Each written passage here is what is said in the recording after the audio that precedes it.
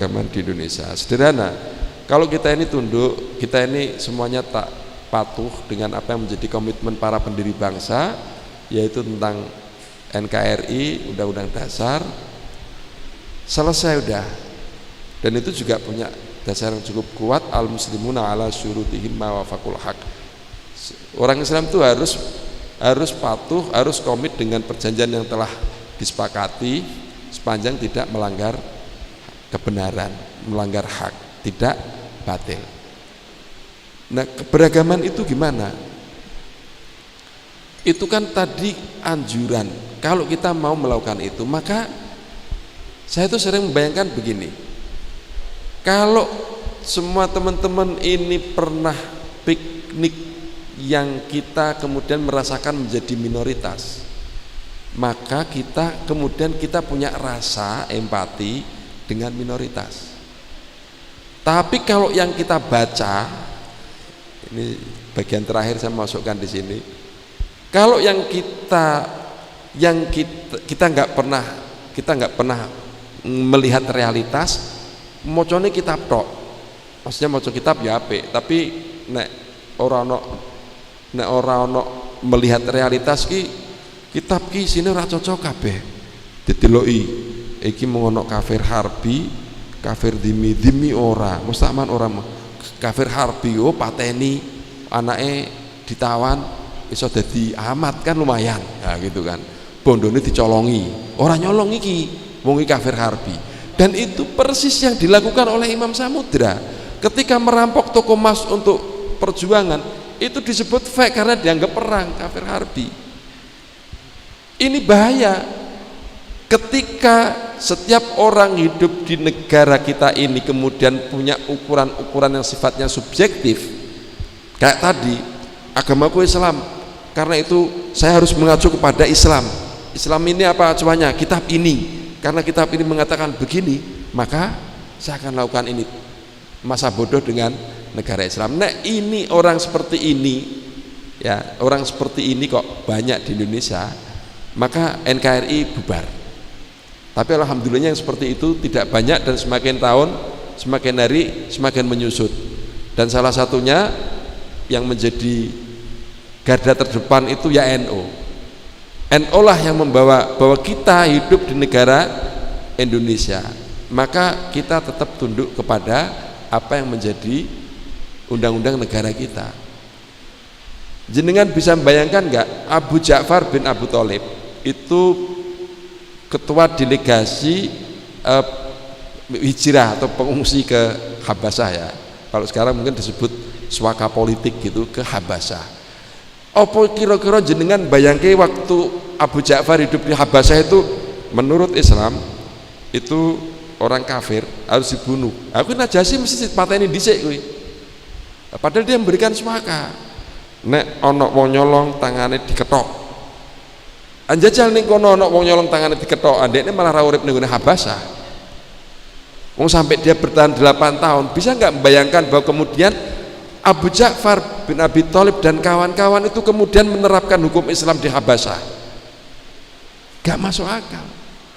Lalu berhukum dengan apa? Ya hukumnya Habasyah, sekuler, Kristen. Itu yang kadang-kadang susah kita melihat itu. Kita bahwa kita ini hidup di mana, dalam situasi apa. NKRI kita sepakat seperti ini, ya kita lakukan. Orang-orang yang hidup di Amerika, nanti lihat itu salah satu orang yang menurut saya luar biasa, ya. Kalau jadinya lihat di YouTube itu ada orang Yaman, yang ini di Amerika, ada di London juga ada. Itu orang Yaman, orang Islam, itu yang luar biasa apa? Dia diundang adzan di gereja. Jadi sebelum, nanti lihat di YouTube itu, dan banyak ternyata. Ya responnya beragam, yang orang Kristen, ya dengar suara apaan gitu, ya yang simpati nggak sedikit. Kok luar biasa ya, menggetarkan kalbu katanya adanya itu. Sampai ini nek deloki. Kalau kita melihat itu kan gini, piye mlebu ning gereja pas acara misa lagi, boleh nggak? Loh kalau kita itu masuk ke situ lalu mengumandangkan adzan, itu kan dakwah. Tapi kalau kita kaku, nggak boleh masuk di gereja karena itu sama dengan setuju dengan orang kafir, selesai. Maka tadi saya nyambung tadi, yang disebut jalan lurus itu bukan kok jalan yang benar-benar lurus, karena dalam fakta itu tidak pernah ada jalan yang benar-benar lurus. Ilustrasinya begini Bapak Ibu, jenengan kalau dapat undangan nikahan atau resepsi gitu, ada denahnya kan? Ada nggih? Kuwi nggih denah kan mesti lurus kuwi. Ya kan? Ini dari arah barat ke sini, nanti ke sini. Garisnya lurus kabeh. Lah kuwi kok wong kok terus kemudian berdasarkan denah ini, mergo gambare lurus, begitu mlaku mlebu ning dalan aspal, ndak dalane menggo enggak, di sini lurus di buku ini. Njegur sawah ana kuwi ndak. Karena dimaksud lurus itu kok bukan berarti lurus, dia pasti berbelok sesuai dengan situasi yang ada di jalan. Maka jalan lurus itu adalah bukan jalan yang benar-benar lurus di lapangan, tetapi jalan yang berbelok tetapi tetap berada di atas aspal. Itulah jalan lurus meskipun berbelok-belok. Justru kalau kita berdasarkan surat undangan tadi kita ikuti harus lurus 180 derajat, yang terjadi adalah celaka. Maka sekali lagi, oke, kita perlu membaca denah ini. Kalau sekarang nggak perlu Pak ya, pakai YouTube, pakai apa? Google Map ya. Kalau dulu penting ngeliatin jalan ini, oh setelah toko ini. Tapi kita perlu ini supaya tahu. Tapi kalau sudah masuk di lapangan, kita harus tahu di lapangan seperti apa. Jangan ngongkok seperti bukunya, karena itu akan menjadi celaka. Saya kira itu, terima kasih. Assalamualaikum warahmatullahi wabarakatuh.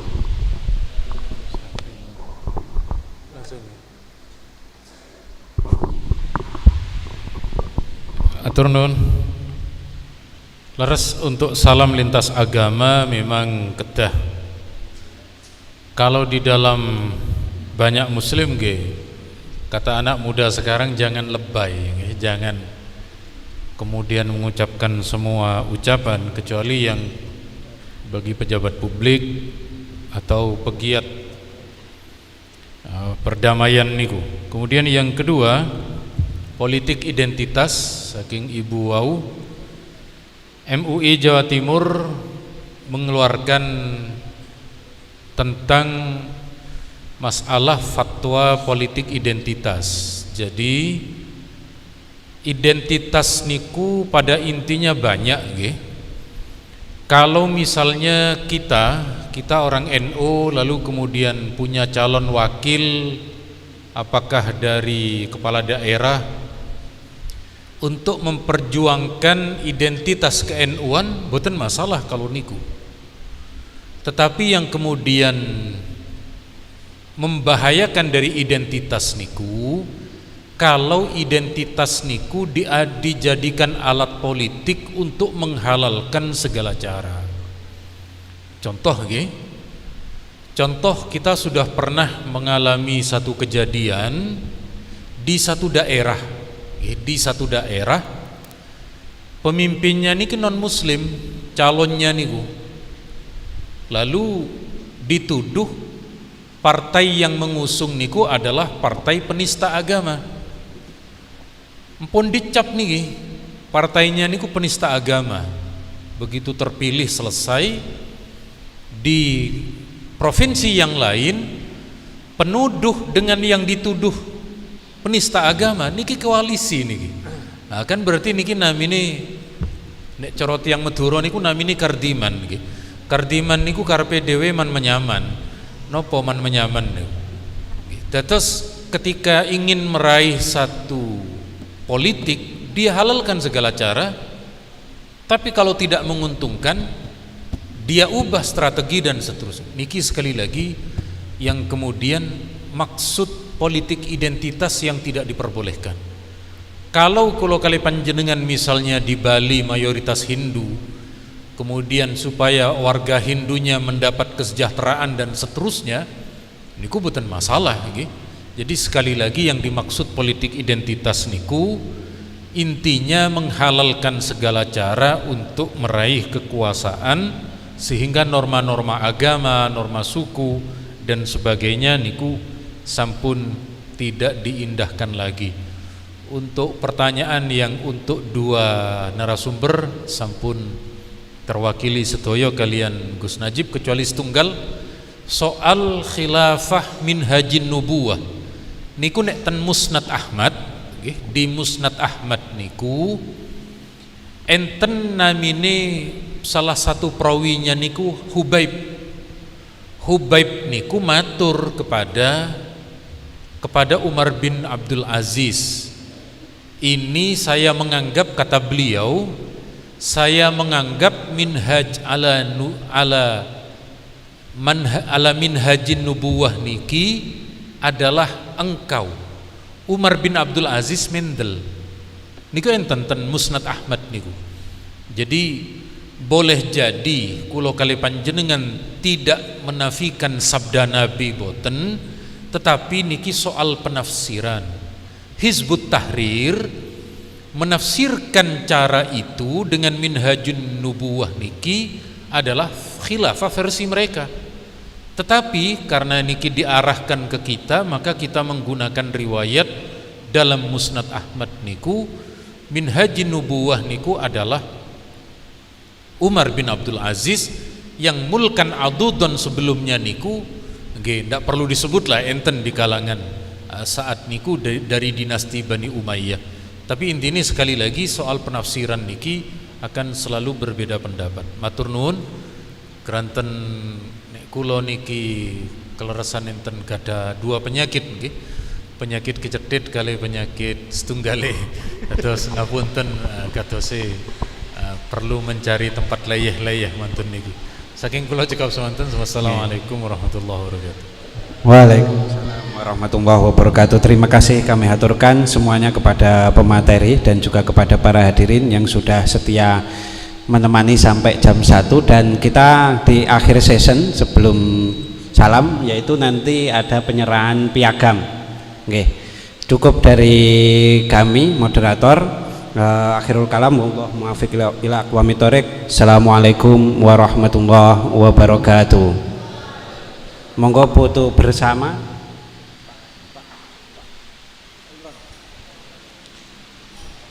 Penyerahan piagam dan foto bersama.